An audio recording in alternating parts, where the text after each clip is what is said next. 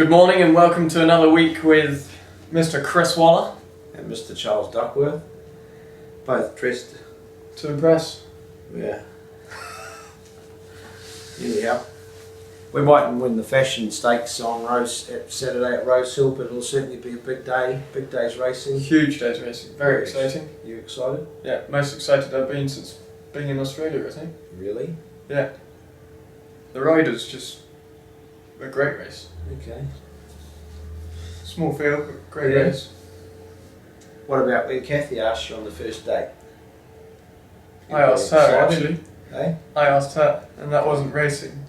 If you're wondering why Kathy O'Hara gets a few extra rides in the stable over the next 6 months, she might be Mrs. Duckworth one day. She'll have to play a So, conductor. Charlie, you're excited. Very It's excited. the most excited you've been since you've been in Australia. Yeah. Well, that's good. Yeah. Good on you. Where are we starting off? Straight into Moonee Valley on Friday night. Okay. Well, I know French Emotions racing. She's drawn well. Dropping back to 1200 metres, that's a concern. She's going 4 in a row. Going 4 in a row. She's done a terrific job. The stable in Melbourne's flying. Yeah. Winner after winner. And she looks very hard to beat, obviously. Just the trick, the short step back in distance is probably a little bit of a concern. Yeah. Loving Homes also racing there on Friday night. Craig in the saddle. Drawn well, he's in good form. He's coming back in distance as well to 2040 after a 2400 metre last start in Sydney, but by all reports he's working well, and both horses were there on Tuesday morning for a spin around the valley. Yeah. Right. Bendigo on Saturday. Just the one runner? Yeah, Black Jag runs 2400 metres. Mark Zara rides. Tell us about Mark Zara. Put it this way, he said he can win on it, so he gets the ride. If he can't, there's only one person to blame. Fair enough, but we don't want all jockeys men to just round up saying they can win on the horses, but it's what you like to hear from a jockey. Jim Cassidy used to be good at it. He used to say, "While I put me on that horse next start, I'll show these mugs how to ride it."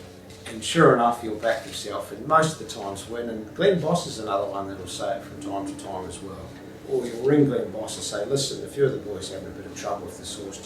Can you watch his videos, see what you think, and if you want to ride it." He gets straight on the phone and say, "Yeah, I'll ride it, I'll win this, I'll win this." No problem. Sure enough, home he rolls. Right. So it's all a little bit of jockey psychology. Riding with confidence is key. Exactly, and yeah, we're lucky we get some good jockeys aboard. Yeah, absolutely. Right, straight into the opponent. All Cerise. Yep.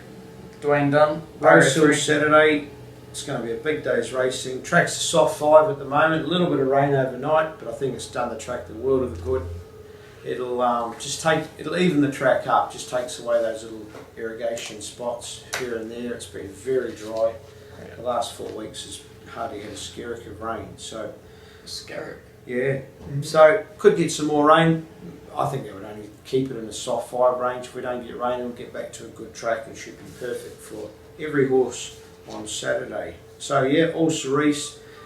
She broke her winning sequence last start with a second, but it was a good effort, group placing, led all the way. Dwayne Dunn takes the ride, barrier 3 in a field of 11. It's going to be hard to beat. Yeah, even with the rain. Soft 5, no problem. I think it'll be better than that. Okay. Sweet Fire, Tommy Barry, barrier 5. She was very unlucky last start. Those of you that like watching replays and those of you that backed the last start will certainly concur. Step up and trip. Yeah, that'll suit her. And she's drawn well. Tom Berry in the saddle. A lot to like about her. Set weights and penalties. There's a few good horses in there that are well weighted, but most notably All Cerise. She gets about a 6 kilo turnaround without going into detail on the horse that beat her home last start. Yeah. Right, straight into the Manion Cup. Beyond Thankful. 2400 metres, barrier 4. He's over racing, doing everything wrong. My only instruction to Hugh on Saturday will just be get some cover. It's hard to see him take the step up and coming out and winning, but just be nice to see him running 3rd or 4th, suggesting he's on his way back. Okay, Libram, last start winner, drawn barrier 1. Yeah, he should win again if he's going to go up to the heights of Chairman's Handicaps and Sydney Cups, so let's hope he can. His track work's been good, he's in good form. Barrier 1, he's going to get the run of the race. Brenton of Della rides again. My only instruction to Brenton will be just to get him to switch off. It's important he just relaxes a touch, so that he can get up to 2600 and then 3200. Right, and another cocktail, Dwayne Dunn, barrier 5. Yeah, good gate for him. He'll get some cover. He had no luck last start and might have just taken off a bit early. The blinkers on, I reckon I saw more fight in him last start. It's a throw at the stump, so to speak.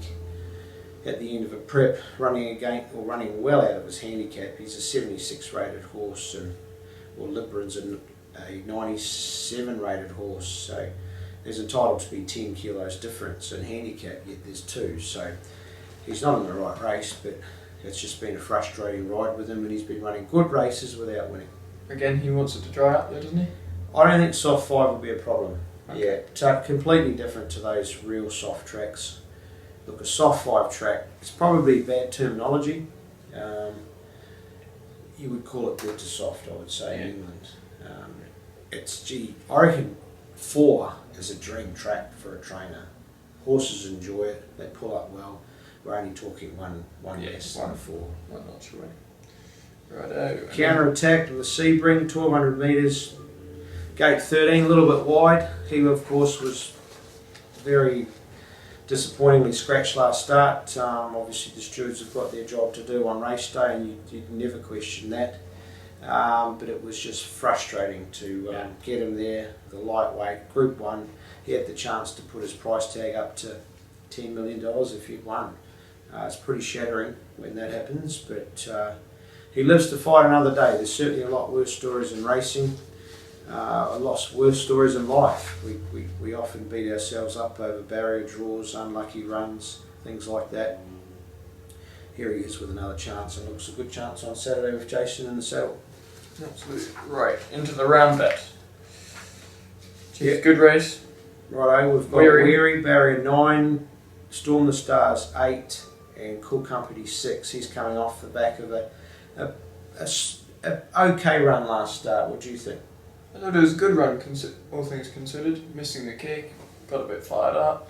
Why is he missing the kick? Or is that just how they jump in England? It's just how we jump at I home. think it is. So, 2,000 metres hopefully will be a bit sharper. We don't want to waste barrier 6, but he could step up this horse. He's a good horse. He's going better than what his form line would suggest. Yeah. Storm and Stars. Good horse, Charlie. A Proper horse. Will we see it on Saturday? I think so. Especially if he can get his toe in. Well, he will. Yeah, he should exactly. be the perfect track, as I say, for most horses, and definitely this horse. So, Hugh Bowman rides. I liked his first up run behind Winx. It was the same race that Preferment, of course, came out of. He stepped up second up 2,000 metres to a Group 1 race, which we'll come to shortly. And Weary? Well, he needs it to be really wet. So hopefully for his sake we continue to get more rain. Yeah, it's not ideal for all horses, but for him he needs a wet track to turn things around. Now, the George Ryder. Yeah, Kermadec, barrier 6. His first up run was terrific. Run 3rd in the Group 1 1300. Off a slow tempo, there was certainly nothing wrong with his sectionals closing off. He had a big blow post race. He'll only improve on Saturday. Zach Purton rides. Best part of that, we didn't have to pay for him to come down. He was always going to be here, wasn't he? Yeah, how's he? So a good jockey to have aboard, and a good barrier jockey, which I think is important. Right, Winx, barrier 7. Well, what more do we need to say about her? Not a lot. She's won the last 7. This is probably the toughest race she's been in since the Cox Plate, without a doubt. Turn Me Loose from Melbourne. You've obviously got your Kermadecs, your press statements there, and the up-and-comers, like your Happy Clapper, and let's not forget First Seal, who has beaten Winx several times. I'm not denying that, but she's the class horse. She's the one they all have to beat, and her work's been tip-top. Yeah, perfect.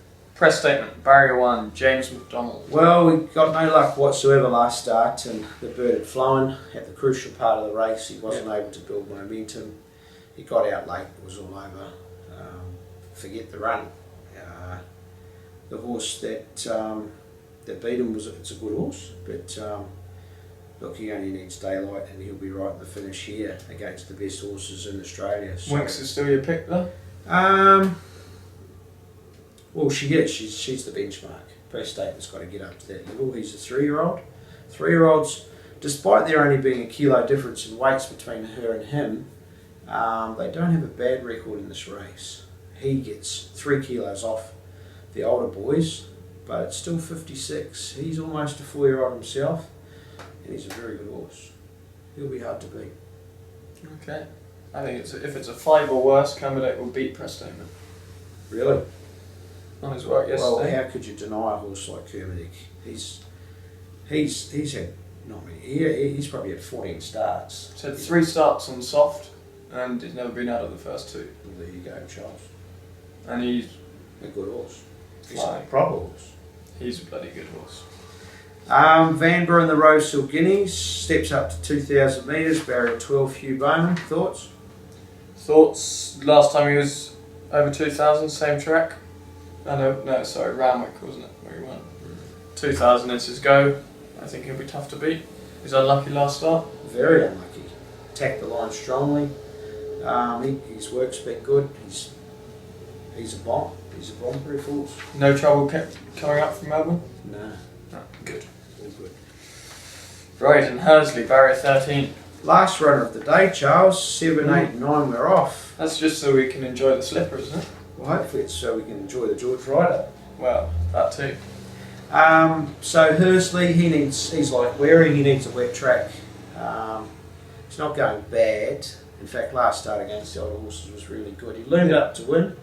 Did he not want to win, or did he just run to his ability? I think had he had a horse on his outside, he wouldn't have wandered around the same and he would have won. Fair call. Well, there you go. He's not going bad. He's doing a few little things wrong. Yeah.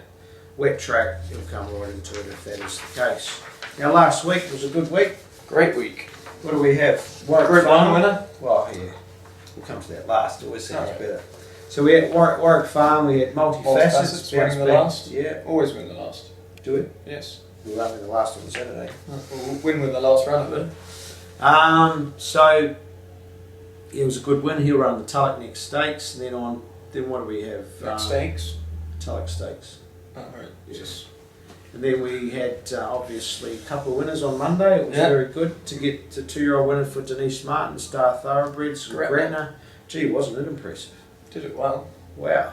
It just circled them and won as she liked, so to speak. Improved a lot from his first run. And Denise has got her Star Thoroughbreds, well, we've got our Star Thoroughbreds. Obviously Denise will be there welcoming everybody on Sunday at the English Sales Complex, I think about 10:45. Yep. 10:45. If you want to come, if you want to buy a nice horse, give Denise and the team a call. We could get Mel flashing the number up at the bottom of the screen now. Yeah. Or just go on the internet and it'll be easy to find. www.starthoroughbreds.com.au, I presume. Maybe just Star. They're certainly the syndicators of choice from Waller Racing. Yeah. And they do a fantastic job looking after everybody, and certainly big supporters of our stable. And Magicus? also Magicus, wow. I don't think, Charlie, that we've ever had a horse sit 4 wide the entire race and win. I think we have. Find it. Jason Collett on Heart Tester. Heart Tester. Since Heart Tester. Since last I reckon he was 3 wide. Was he? I don't know. But yeah, you might be right. It does happen occasionally, but only good horses do it. He looks a good horse on the rise. He's had his first prep. He's won 3 races and 1 unlucky second. He's got a great future ahead. And then, obviously, the Group 1 winner, Preferment. Preferment. Wow, what a roller coaster day. Was that a trainer or a lawyer who went into that street inquiry? I'm not even going to mention it. All I'm doing was my job for my owners. Of course. Poor old Stan Sarek and the team of Awesome Rock. I've just shattered for them. I know I've been in the same position, not in a Group 1 race, but with lost races, which have meant a lot to us at the time. We don't need to even go there, but it's racing. I do my job for my owners. And they do their jobs. Yeah, and ultimately the stewards make the decision. You can't. Look, they're experts, and there's a debate happening now whether the trainers and jockeys are even required. Well, not for me to get involved in. I think they certainly need the jockeys. There's always mitigating circumstances, but then it comes down to, okay, you've got to say like a Hugh Bowman against a 3 kilo apprentice. Well, surely they deserve some representation. So it's a massive argument. Leave it to stewards, I say. They run racing. If they've got a problem, they've got to speak to their seniors. And it's not as if there's only one steward on course. Well, they have having one view. They've got a whole team there. They have a panel, yeah. And I think in Australia, having seen different parts of the world, I think it's as good as anywhere in the world, if not the best. I've got the utmost respect for our stewards panel in Sydney, and Victoria's the same, and they share different views, they fix things when things need changing, and things in racing constantly change. There's just so many different little things that you would never think of come up on a race day.